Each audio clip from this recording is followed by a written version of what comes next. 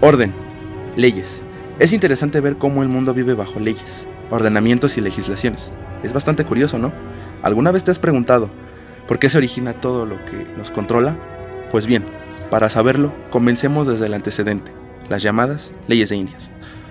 En la antigüedad, durante la conquista de América, bajo el Imperio Español, surgió la idea de ver cómo los españoles dirigirían a los indios, qué harían con ellos. El primer paso, la evangelización.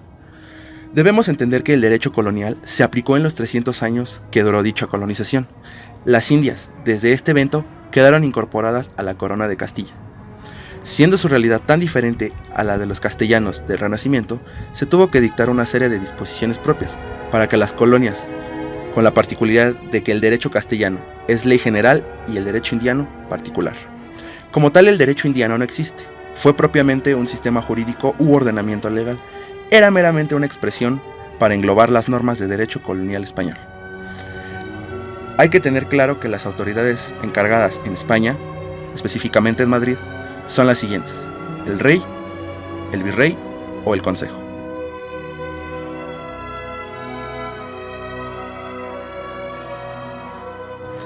La expresión legislativa del derecho indiano se compone de 10 partes. Estas son la ley, la real pragmática, la real provisión, la real cédula, la real carta, la real ordenanza, la real instrucción, el real decreto, la orden y el reglamento. En 1524 surge independiente el Real y Supremo Consejo de India, el cual comenzó a funcionar el 1 de agosto de 1574, con la presidencia de Fray García de Loaiza, cuyas funciones principales eran 4, legislativas, administrativas, judiciales y militares. Luego de 100 años de tarea compiladora, gracias a los esfuerzos de antiguos compiladores, se da la creación de una de las tantas recopilaciones y la más importante, la Recopilación de Indias de 1680. Este cuerpo legislativo se integra de 9 libros, divididos en títulos y estos en leyes. Esta recopilación presenta la base y el principio de lo que debe partir cualquier trabajo histórico jurídico indiano, el único cuerpo general que se dio para los indios durante los 300 años que duró la conquista española. Posteriormente, debido al cambio de realidad que se estableció a la llegada de los Habsburgo, sustituyendo a los Borbón, en 1700, a pocos años de promulgarse la recopilación de las Indias, fue insuficiente. Así que, por orden del rey Carlos II, se hace un último esfuerzo recopilador, bajo el título de Nuevo Código de las Leyes de Indias, que se proyectó en la segunda mitad del siglo XVIII. Cabe destacar que este propiamente no se trata de un código, sino de una mera recopilación. Tras muchas dificultades, luego de 14 años, se presenta a Carlos IV el libro primero de este código, cuyo contenido era fundamental, la materia eclesiástica.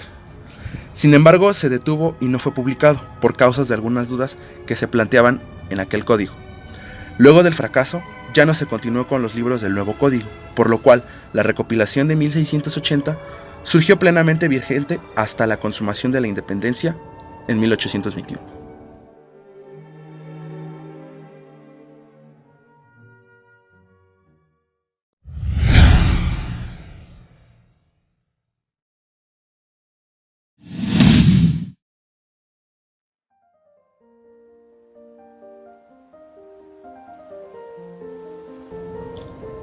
Primer Código Civil en México.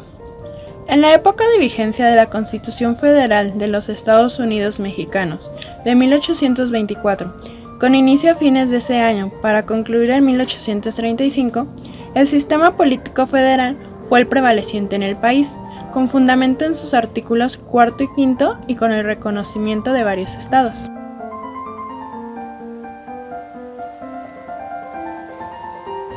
Además, su artículo 161 señaló como obligación de los estados la de publicar por medio de sus gobernadores su respectiva constitución, leyes y decretos.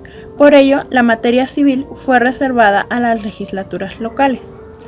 La situación así planteada trajo consigo una labor legislativa codificadora de los diversos estados, que cristalizó en 2 códigos civiles. El primero para el estado de Oaxaca y el segundo para el de Zacatecas. Estos concluyeron sus trabajos.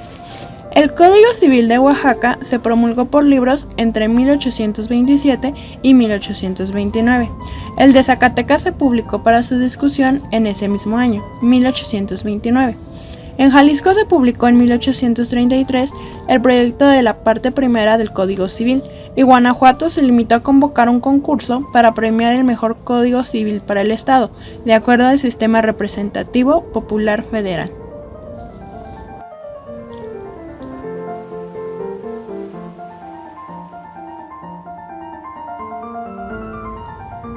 De toda esa labor, destaca en importancia la realizada en relación con el Código Civil para el Estado de Oaxaca, pues es este el primer ordenamiento de la materia que tuvo vigencia en México.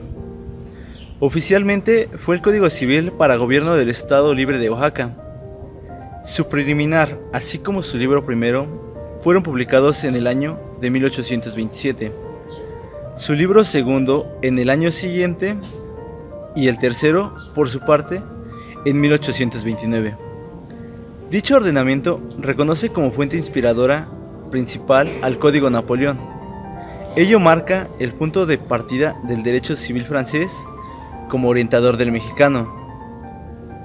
El Código Civil de Oaxaca de 1827 a 1829, Vázquez Pando indica que es importante no tan solo por ser el primer Código Civil en México, a pesar de ser una obra incompleta, sino porque en él se plasma ya la tendencia a recibir el derecho francés.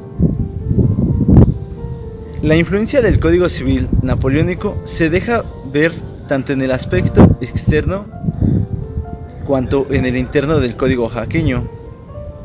Los alcances del Código Napoleón como guía del Código oaxaqueño están reseñados por Ortiz Urquide, quien ha dedicado especial atención a ese nuestro primer ordenamiento civil.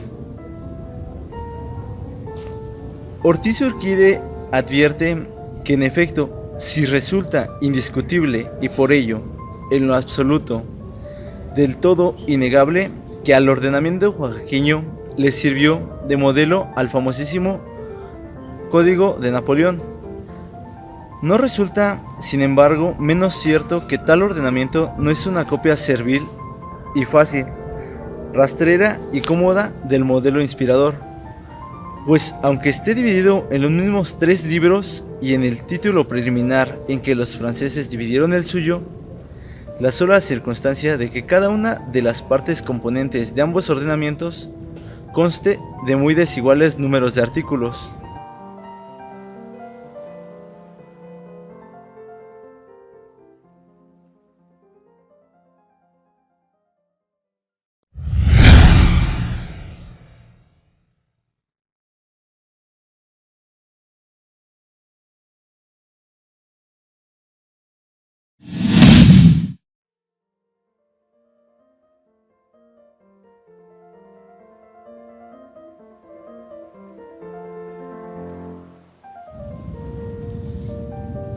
El Código Civil de 1870 fue el primer código elaborado en el México independiente. Fue resultado no solo de una aplicación del Código de Napoleón de 1804 en Francia,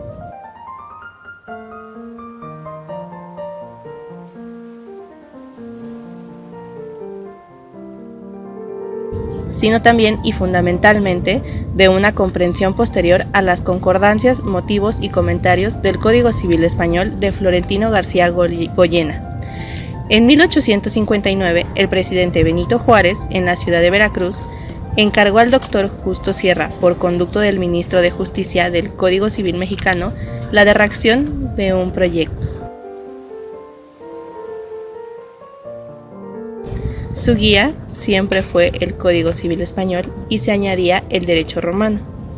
La comisión de Benito Juárez reflejaba el afán de constituir civilidad de Estado mexicano.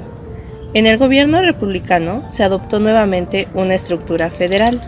En algunos estados de la República se realizaron codificaciones civiles particulares. Tal es el caso de Veracruz, en donde se adoptó el proyecto elaborado por Fernando Corona con el título Código Civil del Estado de Veracruz. En cuanto al Código Civil para el Distrito Federal y Territorio de Baja California, se reiniciaron los trabajos cuando Antonio Martínez de Castro, secretario de Justicia, obtuvo los documentos entregados por la comisión revisora del proyecto de Justo Sierra, que estaba en manos del licenciado Luis Méndez. encarcelado en la prisión de la enseñanza y que fue entregado tras diversas comunicaciones a Rafael Donde el 4 de septiembre de 1867. Se integró una nueva comisión formada por Mario Yáñez, José María Lafragua, Isidro Montiel y Duarte, Rafael Donde y Joaquín Eguía, quienes finalizaron el libro y lo redactaron aprovechando el trabajo de Sierra y el Código Civil del Imperio Mexicano.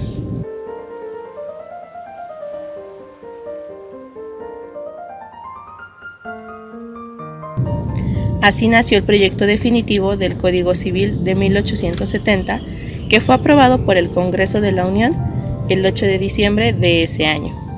El Código Civil de 1870 fue adoptado sin modificaciones en Guanajuato, Durango, Guerrero, San Luis Potosí y Zacatecas, con ligeras modificaciones en Chiapas, Hidalgo, Michoacán, Morelos y Querétaro, y con ligeras modificaciones en Campeche y Tlaxcala.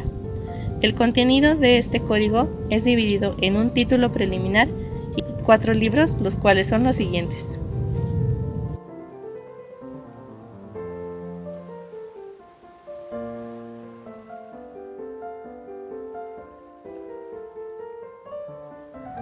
El título preliminar es parecido a los códigos de 1884 y de 1928.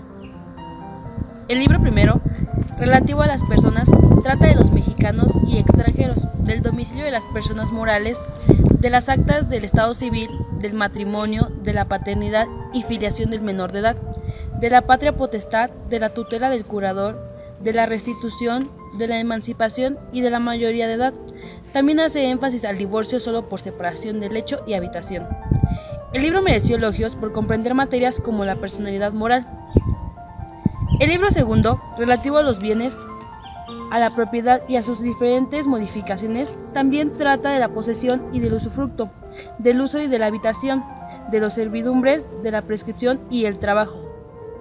Comienza con el artículo declarando que las cosas que están en el comercio son susceptibles de apropiación. Habla sobre la división de muebles e inmuebles, la influencia romana que queda plasmada en un punto de apropiación de los animales y reglamentación de tesoros. En cuanto al artículo de posesión, queda intacto en la revisión de 1884. A continuación, el código trata del usufructo tomando por modelo directo el Código Napoleón. El último título del libro trata del trabajo y principalmente de la propiedad literaria, de la propiedad dramática y de la propiedad artística. El tercer libro trata de los contratos en general, de las diversas clases de obligación, de la ejecución de los contratos, de la extinción de la obligación, de su rescisión y de su nulidad, de la fianza, de la prenta y anticresis, de la hipoteca y de la graduación de acreedores, del contrato de matrimonio en cuanto a los bienes, de la sociedad del mandato, del contrato de las obras o la prestación de servicios, del depósito, de las donaciones, del préstamo, de los contratos aleatorios, de la compraventa, de la permuta, de arrendamiento, de los censos, de la transición, de registro público. El artículo equivale prácticamente a la mitad de todo el código. Libro cuarto. Después de un título de disposiciones preliminares, continúa con la sucesión por testamento, la forma de los testamentos, la sucesión legítima y las disposiciones comunes a la sucesión testamentaria y a la legal. Aunque el código está inspirado en el derecho romano, en el antiguo derecho español, en el Código Napoleón, en los que le había tomado por modelo y en los proyectos extranjeros y nacionales, tiene una evidente autonomía que le da propia y evidente personalidad. Logra facilitar la transición entre lo antiguo derecho y el que se estima más propio para regirnos a partir de entonces.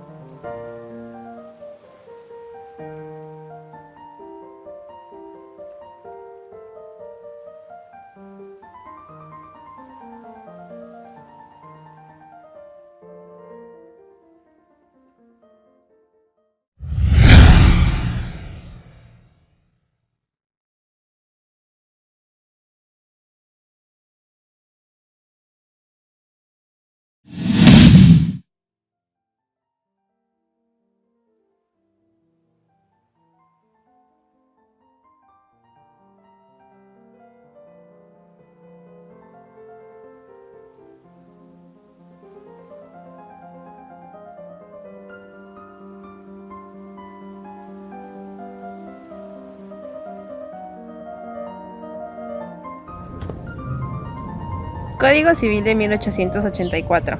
Al pasar algunos años a partir de la vigencia del Código Civil de 1870, se considera procedente su revisión. Por esto, en junio de 1882 se crea una comisión para elaborar un proyecto de reformas a este código y para la revisión del mismo.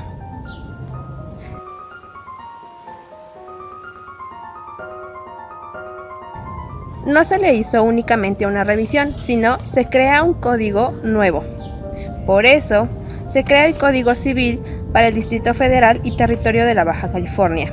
Este se publica en marzo de 1884 y su vigencia se da a partir del 1 de junio del mismo año. Al igual que el Código Civil de 1870, se compone de 3.823 artículos. Estos mismos con un título preliminar y 4 libros.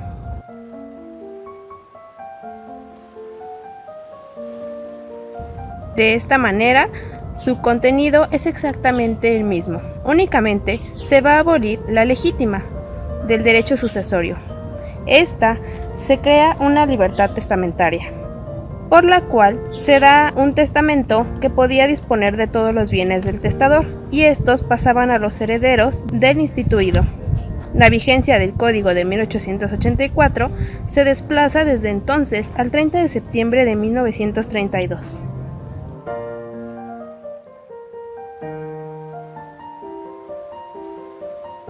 Este código entra en vigor al siguiente día. Durante estos años, este código sufre distintas derogaciones. La primera es en 1914, cuando el 29 de diciembre de este año se publica la conocida Ley del Divorcio Vincular. Esta se da por mutuo consentimiento.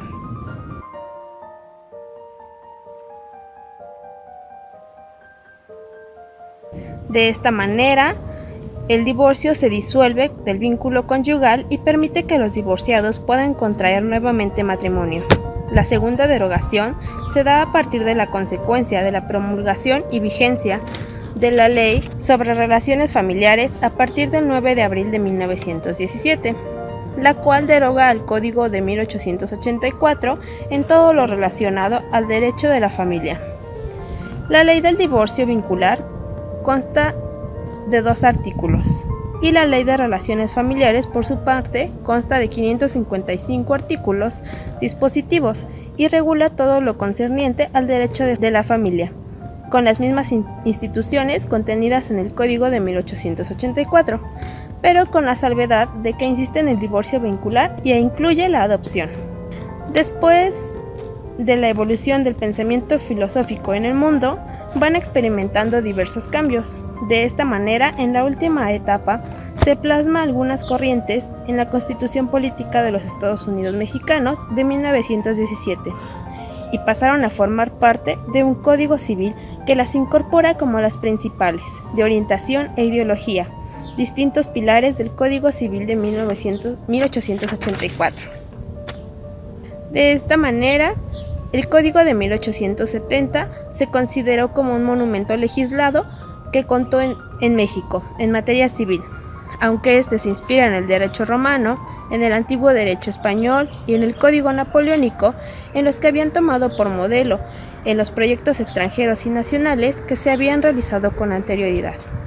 Tiene una evidente autonomía que le da propia y evidente personalidad, y a pesar de esto, no pretende romper con ninguna tradición jurídica en que se han formado nuestros juristas.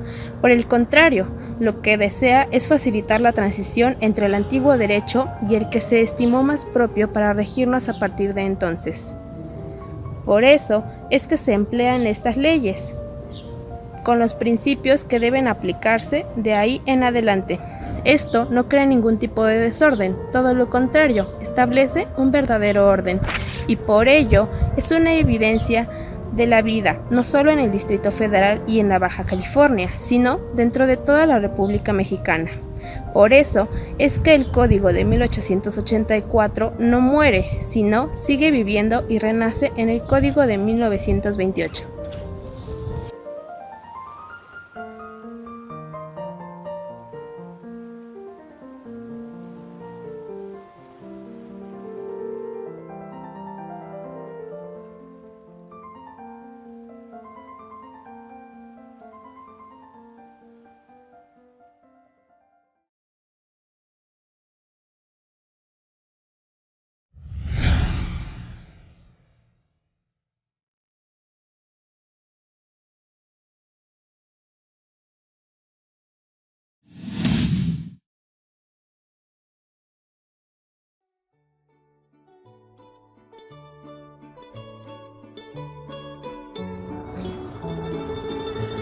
Código Civil para el Distrito Federal de 1928, mejor conocido como Código Civil para el Distrito y Territorios Federales en materia común y para toda la República en materia federal.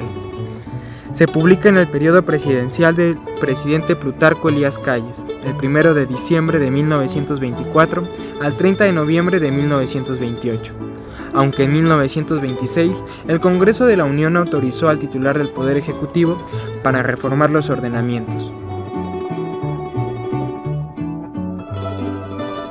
Mediante 3 decretos, el primer decreto, como ya lo he mencionado, le da al Poder Ejecutivo el poder para reformar los ordenamientos a partir del Código Civil, el Código de Procedimientos Civiles, el Código Penal, el Código de Procedimientos Penales, entre otros. El Código Civil se publica en el Diario Oficial de la Federación, mejor conocido por sus siglas como DOF. Se publica en secciones. La primera sección se publica el 26 de mayo. Abarca desde el primer artículo hasta el 722. El 14 de julio se publica otra sección, que abarcaría del artículo 723 al 1280. Posterior, se publica el 3 de agosto el artículo de 1281 al 791. El 13 de agosto se publica del 1792 al 3044, incluyendo 9 transitorios. Aunque se publica en el periodo de Plutarco Elías Calles, no toma vigencia hasta el 1 de octubre de 1932, según un decreto de Pascual Ortiz Rubio, quien sería presidente de México en 1930 a 1932. El Código Civil estaría finalizado para el periodo de Abelardo Rodríguez, ya que anteriormente, en el periodo presidencial de Plutarco Elías Calles, la situación política en México trascendió. Tras la muerte del presidente electo Álvaro Obregón el 18 de julio de 1928, casi para finalizar el periodo presidencial de Plutarco Elías Calles, el Código Civil se ve estancado, ya sea por los conservadores o por la muerte de Álvaro Obregón. También hay otra posibilidad que indica que no toma vigencia debido a que todavía no está el Código Civil y el Código de Procedimientos Civiles en su totalidad.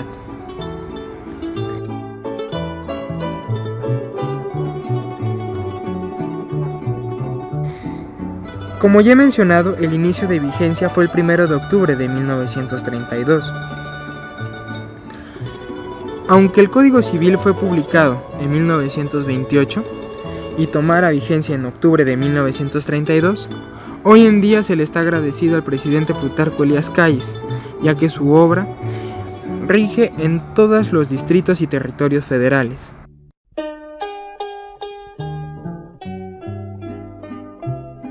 No hace mucho, la situación del país cambió. El Distrito Federal fue conocido como la Ciudad de México, aunque su Código Civil pues sigue vigente en dicha ciudad, hasta que la Ciudad de México pueda tener su propio Código Civil como los demás estados, o sus propios ordenamientos.